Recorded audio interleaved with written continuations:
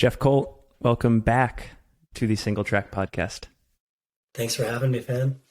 So, ever since our talk back in February, which I'll link to in the show notes, which gives an overview of your background in the sport, how you got your ultra running chops as a member of the Hut crew in the White Mountains, how you got your golden ticket at Black Canyon.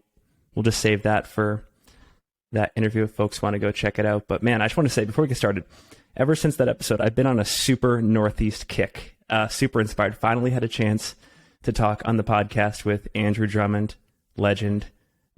Just had a pod with Ryan Atkins, another legend that's dropping after Western States, and Jack Kenzel. I don't know if you saw, but he just got a new White Mountains 100 FKT, which is just insane. I'd love to get your thoughts on that. But man, what a cool scene over there right now. I'm like, I want to get back there. Me too. I think about the Whites, and I think about the North Country in New Hampshire, Vermont, and Maine quite a bit. Jack just finished, the White Mountain National Forest, like 100 miles on the AT, and finishing it, has already, that already seemed to be difficult for him last summer. And so finishing it's a huge deal, but did 26 hours. And I was chatting with him afterwards, and he was like, yeah, I think I can go sub 24 hours, but it's hard for people who haven't spent a lot of time in the White Mountains to understand 15-minute miles, like 4 miles per hour. Doesn't seem like a lot out here in Colorado or California or Utah. It's so hard to maintain 4 miles an hour in the White Mountains for an extended period of time. And I think he ended up 3.8 miles an hour and not quite where he needed to be to crack that sub 24 mark. But yeah, the White Mountains have a lot of amazing runners and a lot of amazing trails and stuff to run. Jordan Fields is another one, another guy to pick his brain. He's in one way, shape, or form had every FKT and the Whites, like the big ones, Pemilu, Prezi Traverse, Hut Traverse. But yeah, trying to cook up a couple plans with him this summer to get back and go after some fun White Mountain routes. Well, we'll have you on the pod again at some point because there's a lot more we got to talk about. But one thing I want to cover before we get into Western States material, one of the things that caused a lot of chatter from our first conversation was the emphasis you put on how much you stand each day and how integral that is to your training and your success as an ultra endurance athlete. And we actually have a fair number of new listeners to the pod since you've been on. So can you rehash some of that for potential folks who are hearing about you for the first time? Yeah, maybe I'll split it in two parts because there's an update on that. But in my fitness and my training, I try to maintain mental stability more than anything. And sometimes that means I'm not going to get out for a run in a day. And instead of beating myself up for not getting out and running, my practice has been to stay on my feet as much as possible. And if that's, 14 to 16 hours a day, that's great.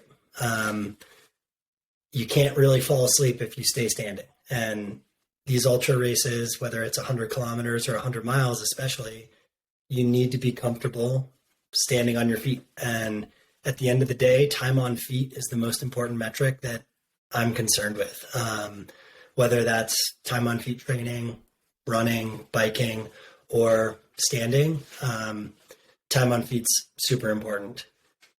That said, the last 3.5 months for this training block, I've probably run more than at any other period, in my training. I maintained close to 70 to 90 miles a week for the last 14 or 16 weeks, and still sprinkling in a good amount of biking in there and also a lot of standing. But I have, I think in some ways, done a more kind of classic training block for Western States this go around. And given that this is relatively new territory for you in terms of overall volume, or maybe it isn't, but at least that I can see on your Strava, do you feel like you're absorbing it? Yeah, definitely. The big news is I tested positive for COVID last week and was totally down and out at the beginning of last week. which sucked. I think I even remember seeing on your like newsletter, I was in the Dallas Fort Worth airport flying back from New York City from a wedding, and like read something like, any Western States runners, like the last thing you want to get right now is COVID. And I was like, I feel like I might be getting COVID. Sure enough, I did. But I think, a month ago, I did 3 workouts or 3 hard days back to back to back, in terms of just the vert and like where those specific runs were in my psyche of like, those are hard runs. And, not one of them really felt hard. Like I started thinking like, okay, like I've got a different level of fitness going now. And, I think some of that was attributed to speed and like some speed work, prepping for the Quad Rock 25 miler. And then, just did a little tune-up race 2 weekends ago, the Basalt Half Marathon here in the Roaring Fork Valley, and kind of just ran it as a speed workout. And it was as good or better than any workout I did while I was training for like the Boston Marathon in 2018. So definitely felt like my fitness was there, but not strictly attributed to the amount of miles a week I was doing. I think more so to the quality of the training. I basically was trying not to do any junk mileage, quality time on bike, and still thinking more about like the amount of vert I was getting in a week and the amount of hours of training a week than mileage. And one thing I'm curious about, if I was going to put like a label on you, I see you as like a true mountain athlete, which means that you encompass a lot of different sports beyond running. And I bring that up because you had expressed concerns heading into Black Canyon that might not be a course that suits your strengths. And because maybe it's just like a runnable course, and Western States poses similar challenges. And I'm curious, do you feel like you have what it takes at Western States to be right there, like in the unofficial podium, the top 10? What are you taking confidence from, given that, you just had similar concerns at Black Canyon? Yeah. I want to come back to this another time with you, because I truly think like the best potential ultra runner is likely a Major League Soccer player. I don't think track speed really translates all that well. I don't think like road runners are going to be the best at being agile and having really variable foot strike. Whereas like someone like a soccer player or like Dylan Bowman played lacrosse or Nordic skiers, like who have this different type of athleticism, I think it translates better for ultra running. I definitely thought Western States was runnable. I went out like 5 weeks ago now and ran the middle 40 miles of the course. And I kind of felt like I stared the monster in the eyes and was like, holy cannoli, I need to do more vert. Like these downhills are unrelenting. Like 2,500 foot descents that really like hammer your quads, and then you get a big climb, but you got another one, and then a big climb and another one. And I think Western States gets this reputation of being runnable, and Jim, Jared, Tim, whoever's gone sub 15 on it, like that's amazing.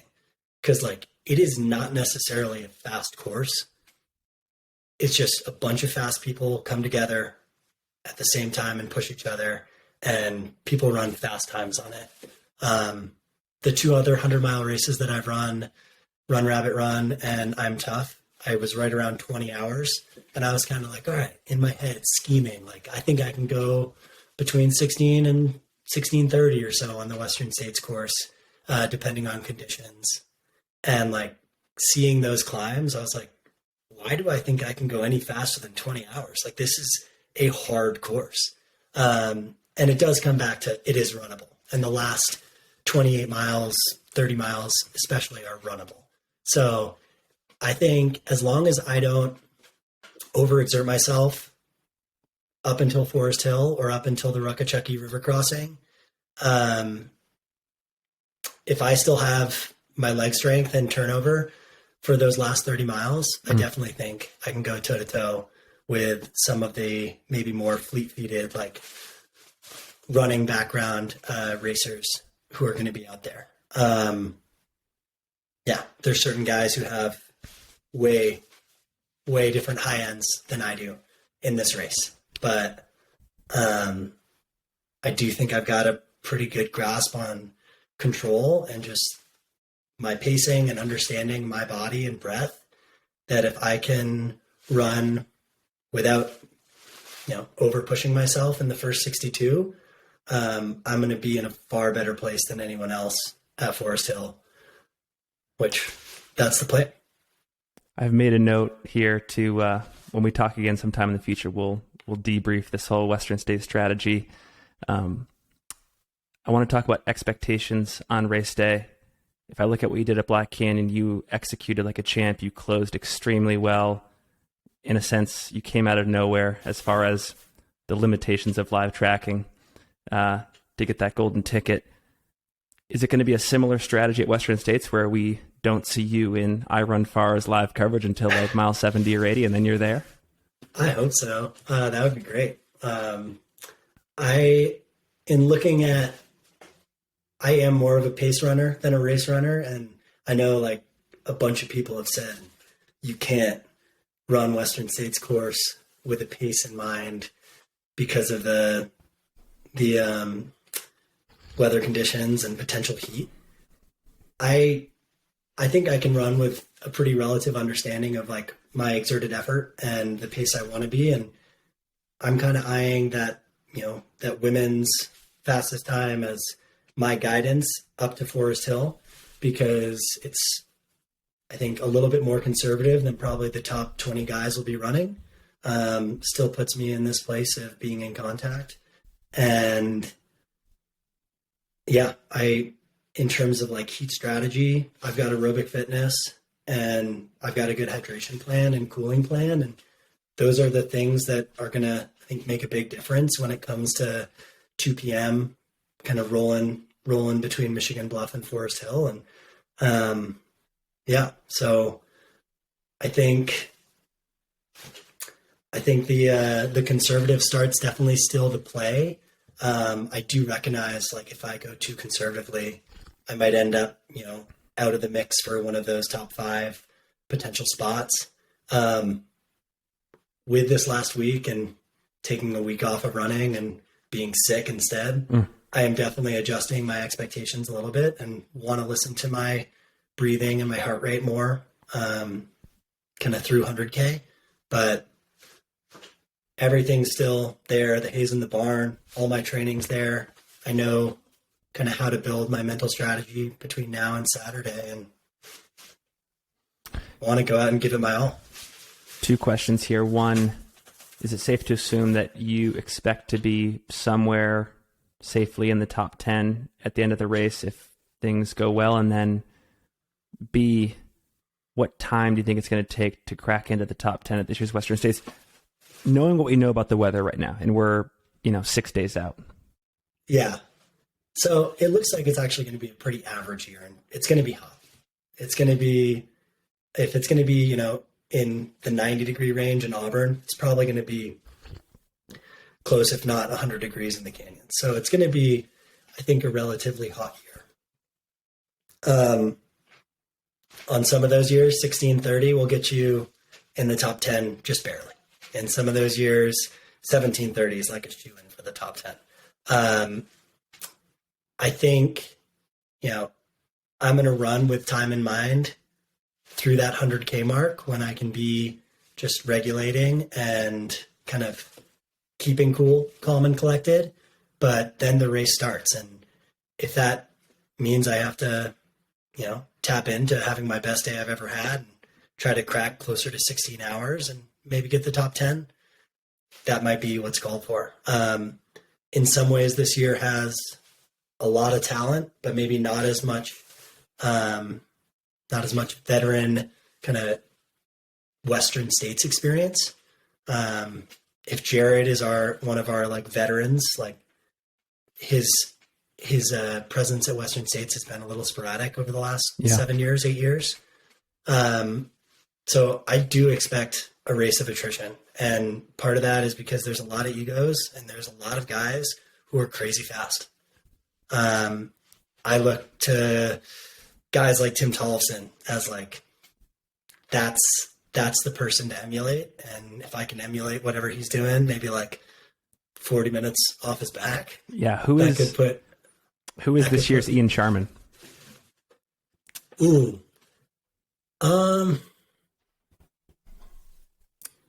Maybe Kyle. Is Kyle scratched? Kyle's scratched. I think he broke his foot or something. Scratched. Yeah. He would have been. Yeah. Yeah. For so many years, I just looked at like Jeff Browning, Ian Sharman, Mark Hammond, Kyle Patari as like these shoe-ins for the top 10. Like all 4 of those guys were going to be there. None of those guys are there. So like the amount of leg speed and just like, there's a lot of money for some of these top athletes potentially be won. And, you know, are you going to gamble to potentially crack that top 2 or top 3 to get a payout from your sponsor? If you do, that's the gamble that I'm counting on you making, because the more people who decide to go for that, the more people I'll be sweeping up. I think Alex Nichols could be the guy too. Alex Nichols is back. Alex Nichols, yeah, he's super consistent. I really like his running style, and he's certainly experienced.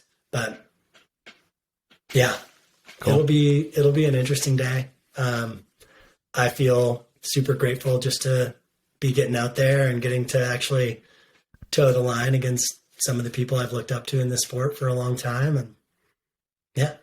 Well, man, you know how much I appreciate how analytically you approach the sport. So this has been fun.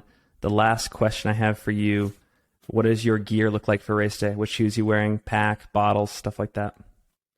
Yeah. I've been racing in the Cloud Stratus, which is actually one of On's road shoes. I'm going to race in that. I've also got the Vista, which is their kind of lighter trail shoe. I might start in the Vista, kind of a little bit of traction going up escarpment and probably to like dusty corners or somewhere in that kind of 40 to 60 mile range, but then swap over to my like comfort shoe to take me all the way home. Do arm sleeves, which I've just been training with, but I've never raced with before, as a fair-skinned ginger. So the sun is definitely like one of my big competitors out there, or opponents. So hat, sunglasses, arm sleeves. I'll be picking up a vest, likely either like Michigan Bluff or Dusty Corners. And basically that vest is just full of ice. I like ice in the vest. It keeps me a little cooler. I'll do 2 handhelds from the start. And then once I pick up the vest, probably 2 bottles and a 3rd bottle in the back. I think a huge thing that I'm going to focus on is keeping my face and my hands like wet. I don't want them to dry out. I want to feel like there's energy and like rejuvenation. Dry baked skin is like just recipe for continuing to cook in the sun. So, yeah. Cool, man. Ultimate Direction set me up with some bottles and vests, and On's got me covered on the rest of the gear. So hopefully stay cool and fast out there. Well, we will make sure to plug all of your social media in the show notes. Is there anything else you want to leave the audience with before we go here? Be grateful for your health. Perfect. I'm grateful for mine right now. Yeah. Well, Jeff, thanks again. Stoked to watch your race on Saturday, and not expecting to see you in iRun Far's coverage until later in the day, which I think is a good thing.